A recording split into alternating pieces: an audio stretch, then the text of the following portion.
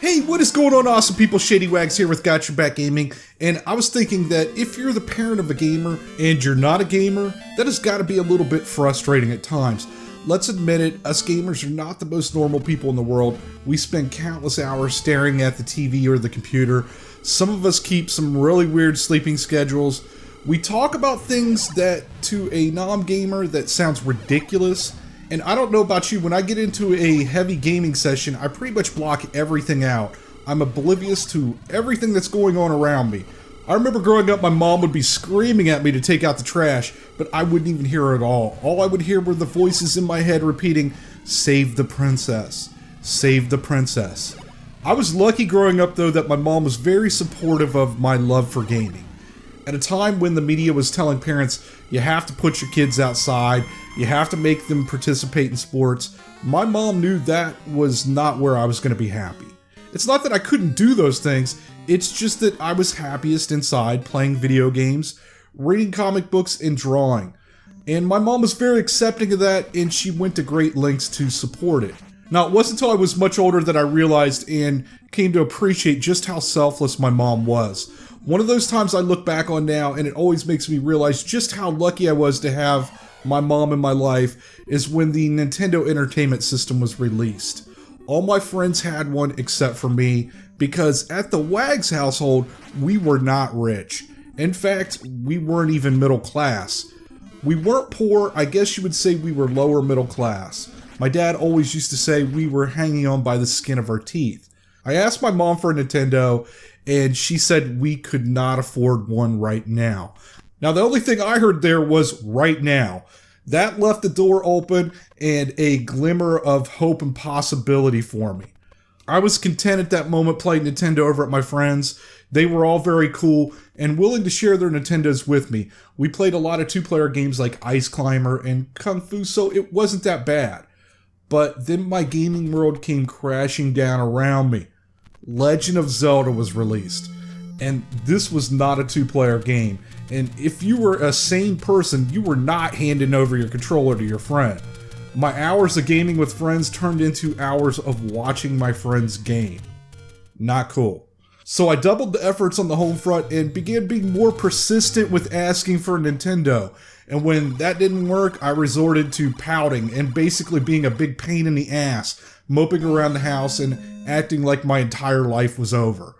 My mom came up to me and she said, "Shady, I know how bad you want a Nintendo, and it absolutely breaks my heart that I can't buy one for you. So I've come up with a plan, and I'm going to help you get one."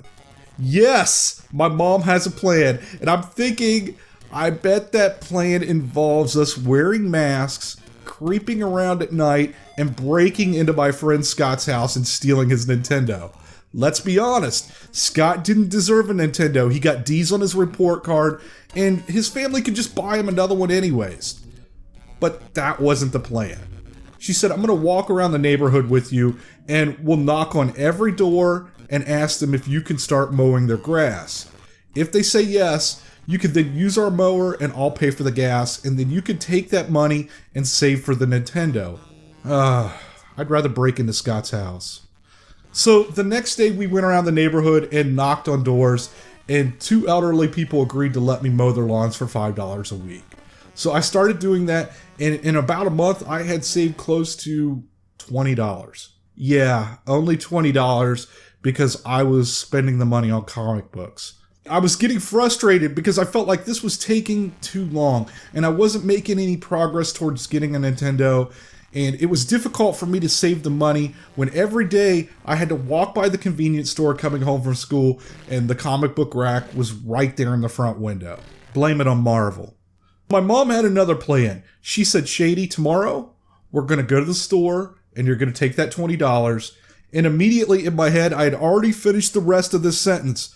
"And I'm going to give you the rest of the money and you're going to buy that Nintendo." But that's not the words that came out of her mouth. She actually said, "You're going to take that $20 and put the Nintendo in layaway, so you're going to be forced to save your money." Oh my God. That's not what a kid wants to hear. Layaway is like the worst thing ever. And I can imagine my friends asking, "So, did you get the Nintendo?" Yeah. "Where'd you hook it up at?" Kmart. Anyways, we went to the store and I took the Nintendo box off the shelf and slowly walked back to the layaway section and stood in line, and I stared at the back of that Nintendo box and I thought to myself, why can't I be that kid? His mom is so cool. Look at her. She is happy that her son has a Nintendo. I bet she even bought it for him and didn't make him mow grass or put one in layaway. I gave them my $20 and put the Nintendo in layaway, and the entire car trip home, I sat with my head up against the car window, staring off into nothingness, feeling sorry for myself, feeling helpless, and a little bit angry at my mom. When we finally got home, my mom asked me to go out to the car and get something out of the trunk for her that she forgot, and I can remember snapping back at her, "Why can't you get it yourself? You make me do everything." She looked at me and she said, "Please, Shady, just go get it out of the trunk." I stomped out to the car, I opened the trunk, and sitting inside was a brand new Nintendo Entertainment System. And when I think about this, it chokes me up.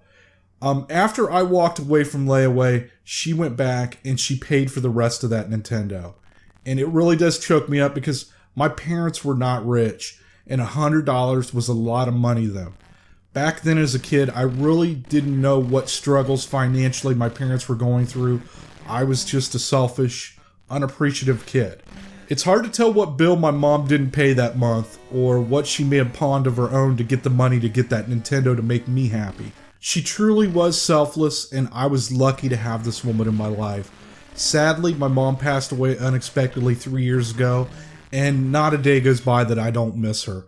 Mother's Day is coming up, so make sure to give that special woman in your life a big hug and tell her just how much you appreciate her. Thank you guys so much for listening to my story, and until next time, I'll talk to you later. Love you, Mom.